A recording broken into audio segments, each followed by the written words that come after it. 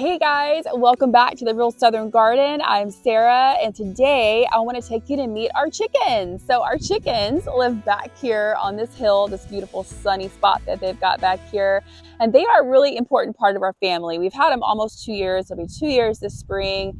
They give us a ton of eggs. We probably got 18 eggs a week once they reached maturity last year, and from what I understand, the second year is going to be a little bit different. They probably won't lay quite as many, so we'll see how that goes. If that holds true, probably will. And they have just been a lot of fun to have and a joy to have, especially with little kids, because they can obviously help feed them, and they love to gather the eggs and do all that good stuff. And my little girl, my oldest little girl, who's 6, wants to get more chickens, baby chicks, this spring. And I have told her that if we do that, she has to eat more eggs. And right now, eggs are not her favorite food. So we're working on that. We'll see how that deal plays out.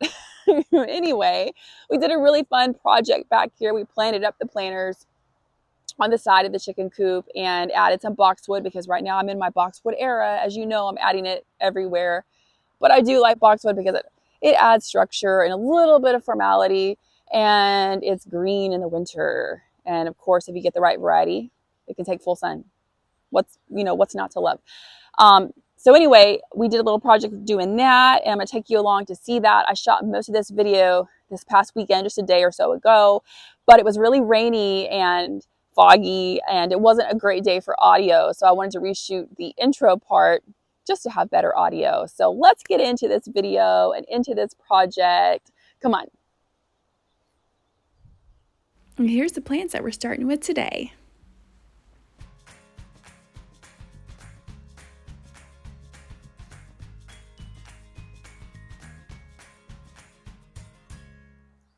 So we're going to head up to our chicken coop today and do a little project on their planters. I picked up a couple extra wintergreen boxwood just to put in their planters, and some black-eyed Susan. The ones I know that don't mildew out here, not Starstruck, Goldstruck. Goldstruck is a variety. And this is where our little chickens live. They're up here on our hill, and we have Snowy. Snowy is the white one. My daughter named him. Her name is actually Snowy Pecker, but we call her Snowy for obvious reasons. And then we have the 2 gray ones. They are Henrietta and Marietta. And then we have 3 of the little brown, I think they're called the Red Rock chickens. Anyway, and they are Rosemary, Georgia, and Stella. So these are our girls that give us all of our eggs. They are going to be 2 years old this March. And they're pretty sweet. We treat ours obviously as egg layers, but they're not pets per se. Like some people like to carry their chickens around. Ours are really not carried around. But they have a really big coop. I like this coop a lot. We got it at Tractor Supply. We could have built a couple different things, but we just didn't have the time. So we bought one that was already pre-done for you. Hey guys, I'm going to dress up your coop for you. They're Snowy. Snowy's really sweet. I think that she's actually the biggest of them all. Are you guys ready to get some plants? Yeah?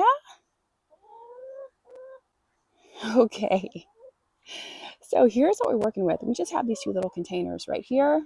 We're going to put wintergreen in there, and then 2 of the Goldstruck black-eyed Susans. And then we're going to just dress up your coop a little, guys. All right? All right, let's go. I think it's misting out here. It's not really rain, but I'm hoping it doesn't mess up the camera. We're going to do our best.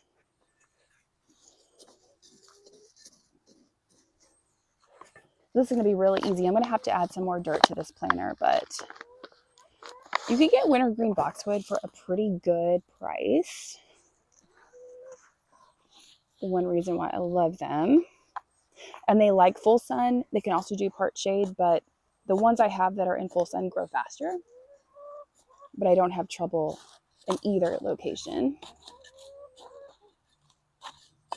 And for this planter, I'm actually putting the wintergreen in the middle. I'm going to keep them a little bit smaller.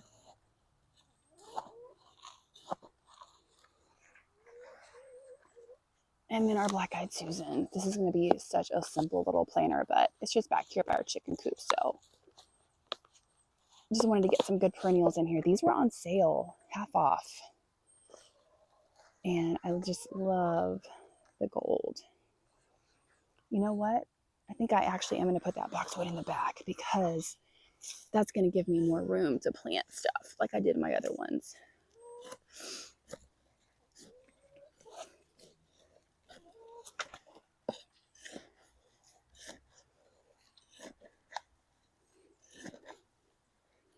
There we go.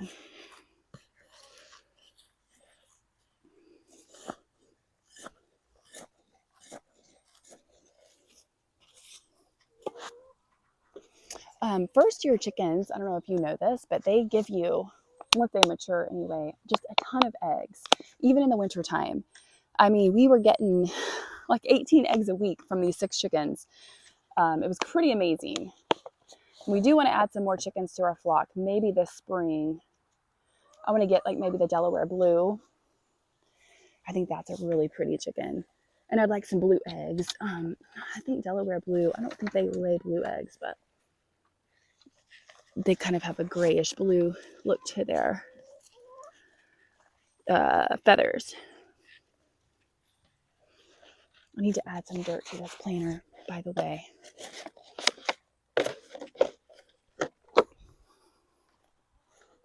But that's going to be a good little, yeah, it's going to be nice up here by the chicken coop. This one got bent, I think, on the way home from the nursery.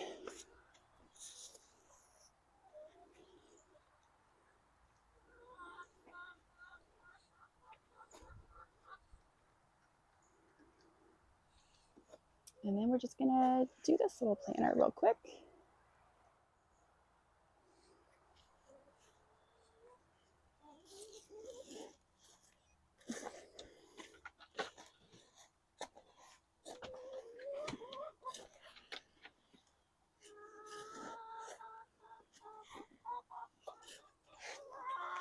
They make really funny noises, especially when they lay eggs. They kind of like squawk. I mean, I guess I would too.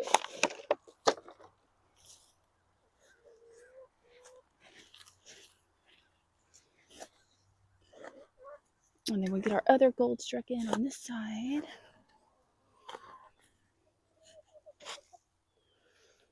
These have been the best little plants. I have 2 others that I put back in my rose garden of these guys.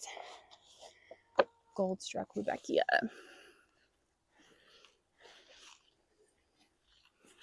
They just do so well. And they just have that happy little yellow sunflower kind of look to them, which I love.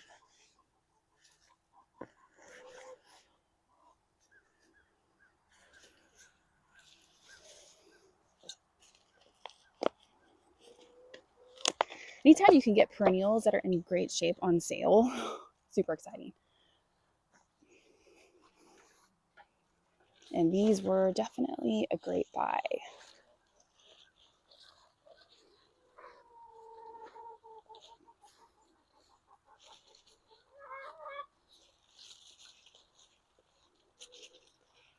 I had tried a different variety of black-eyed Susan back here, and they were not a good variety, and they did mildew for me, so they're gone.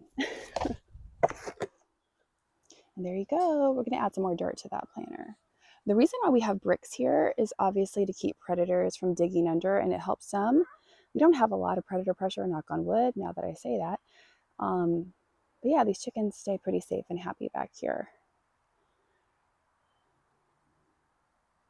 I'd like to add a rose back here, maybe a thornless rose one day, have it climb on their coop, but we'll see. So we went back and forth with if we were going to put a chicken coop together or buy one that was already kind of framed out and, you know, put it together ourselves. And we ended up doing that just because it was easier and we got a pretty good price on this one.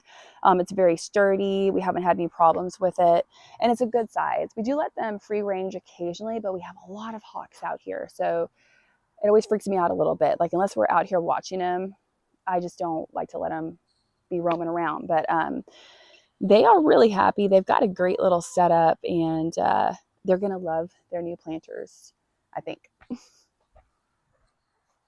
yeah, I'll give you a little tour of the chicken coop. This is about, I think it's a 10 by 10 size. Might be a little bigger. I can't remember. If I can find the exact one, I'll link it so that you guys can check it out. It is my favorite one that was on the market, that was somewhere like at a big box store that you could, purchase easily. We had it actually, I think we had this one delivered to us. They are pretty heavy and awkward. They're, full galvanized metal, and they're kind of hard to drive down the highway with unless you have a trailer or something like that. Hey guys. You're like, what's mama doing? Are we going to feed us or just stare at us? There's Snowy. I see Marietta in the back in the gray. And we're still working out the water situation. Right now, we just have these little containers for their water, and their feed. Probably going to get a better one pretty soon. And this is just the little door that opens up. Go inside. And they have quite the spacious area to lay their eggs. They kind of like to use the same little boxes though, so it's kind of funny. And then there's another box at the bottom, of course, it opens, and then you go around the back side. There's a place to store all of your feed there down at the bottom, and then the top opens up to the back of the nesting boxes, so you can easily retrieve eggs. I normally just go through the side door though. Hey guys.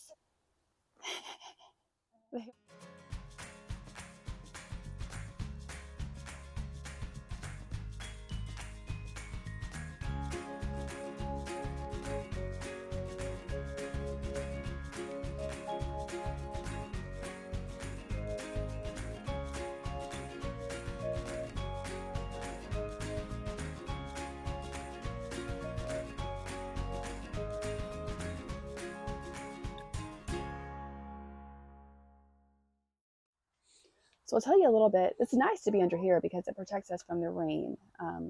Should not be shooting in the rain, obviously. But how these chickens kind of came to be, like so many people during 2020, our mindset kind of shifted and certain things intensified. And, we are by no means preppers or anything like that. And I think those people are awesome that can do all of that. We do a little bit, and we are very cognizant of how hard it is to grow food and provide for yourself completely. I want my kids to grow up around that. I want them to know how food is grown, how tough it is to grow, and just not take it for granted. So it's really important that they grow up around a garden, and even these chickens just see where eggs come from. And it's a cool thing for kids to have that appreciation, definitely. But yeah, we decided that having our own protein source would be a great idea, and that's what these little guys provide. Once again, I need to get a selfie stick because I am holding up the tripod. I'm going to have some really big muscles on my arms, I think, because this is heavy. But anyway, yeah, we love these guys, and they're a lot of fun, aren't you? They're a little afraid, I think, of the camera right now, aren't you guys? Yeah? You want to come out and say hi? Marietta? Is that a yes? Anyway, they're pretty fun. So I want to tell you about muck boots for a second. You need some of these. If you live on a hobby farm or a farm, if you do, you probably already know. If you just have a backyard, get you a pair of muck boots like this. I mean, they are awesome. They even have some have a snake guard that protects you from snake bites, which is pretty cool. Never had that problem, thank goodness, but hopefully won't. I can walk through anything with these and just spray them off with a water hose. But yeah, just spray them off with a water hose, and they are golden. They keep my feet dry. I can walk around on rocks, like you name it, mud, whatever, and they're awesome. So muck boots are life. You should get some.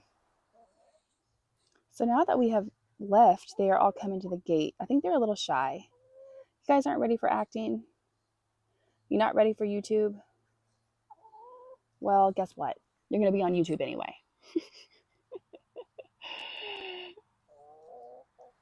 while we're back here, I'll just show you. This is another section of our property. This used to be used for grazing animals. I think that they had some cows here.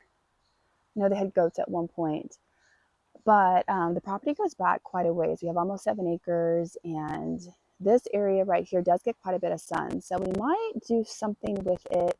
Not exactly sure what yet. My husband cleared all of it. It was a bunch of sapling pine trees, and you know, Mother Nature takes everything back. If you don't keep it cleared, well, the trees are coming. So that's what happened to this property. You know, it was a cleared like field area, a pasture, and then the trees just took it over because it wasn't mowed or kept cleared. So we re-cleared it, but definitely want to do something with that piece of land because it's another sunny spot that we have. Our entire, I'll just turn around and show you real quick. Sorry to make you sick with this spin, but our entire hill up here is full sun. That's our big garden back there in the back. And just a really great area to grow things. Very thankful to have it. It is really hard to find full sun property here northwest of Atlanta, Georgia. You know, there's a lot of piney woods and can be difficult.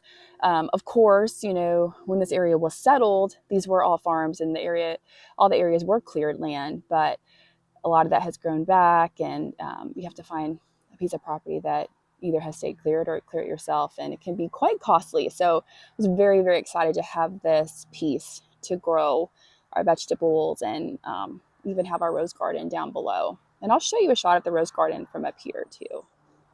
So I really like the way the rose garden actually looks from up here. For one reason, you can't see any of the weeds, which is awesome. But let me just show you. Not that there are a lot of weeds, but there are times where it isn't perfect. These are all of my peach trees up here, my little peach orchard. I think we have 12 or 13 of those. But yeah, this is the rose garden from the top. And I have 2 different sections for my dogs. They have little dog yards. I'm not going to show you that, but it's our barn back there, my dog corral, as I call it. And then the rose garden winds around like that with the big old camellia there in the middle. Yeah, I always like the view from up here. Thank you so much for hanging out with me today and checking out my chickens. If you like this video, please hit that subscribe button and give us a thumbs up. And we will see you next time right here at the Real Southern Garden. Bye.